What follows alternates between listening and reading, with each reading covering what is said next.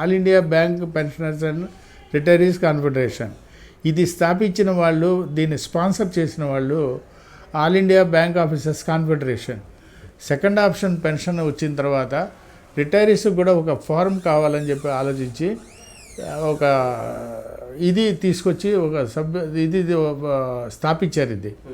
ఇది all India bank officers confederation అంటే అది వర్కింగ్ ఆఫీసర్స్కి అసోసియేషన్. అది దాంట్లో ఇప్పుడు దాదాపు 2.5 లక్షల పైన మెంబర్స్ ఉంటారు. మాకు అన్నిటికీ అండదండలుగా మాకు సహాయ సహకారాలు అందించేది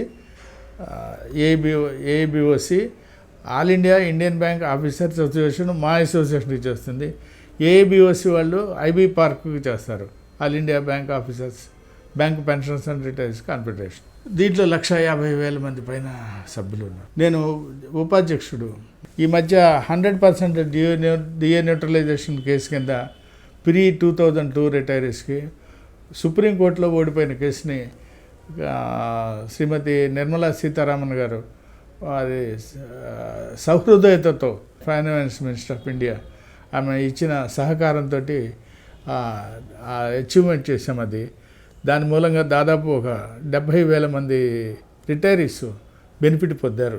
5,000 రూపాయల దగ్గర నుంచి 19,000 రూపాయల దాకా ప్రతి నెల బెనిఫిట్ వచ్చేటట్టు చేశారు. ఫ్యామిలీ పెన్షనర్స్కి 15% నుంచి 30% దాకా చేశారు. దాని మూలంగా దాదాపు ఒక 30,000 మంది ఫ్యామిలీ పెన్షనర్స్ మినిమం పెన్షన్ నుంచి పైకి వచ్చి ఒక్కొక్కళ్ళకి 7,000, 8,000 రూపాయల చొప్పున ఫ్యామిలీ పెన్షన్ పెరిగింది. దీని మూలంగా చాలా ఉపయోగపడ్డారు. అట్లాగే ఇంకా పెన్షన్ అప్డేషన్ గురించి, తర్వాత స్పెషల్ అలవెన్స్ రిటైరల్ బెనిఫిట్స్కి యాడ్ చేయడానికి గురించి నెగోషియేటింగ్ స్టేటస్ మాకు ఇవ్వమని చెప్పి అడగడం కోసం ధర్నా చేస్తున్నాం. ఇవి మా మెయిన్ డిమాండ్స్.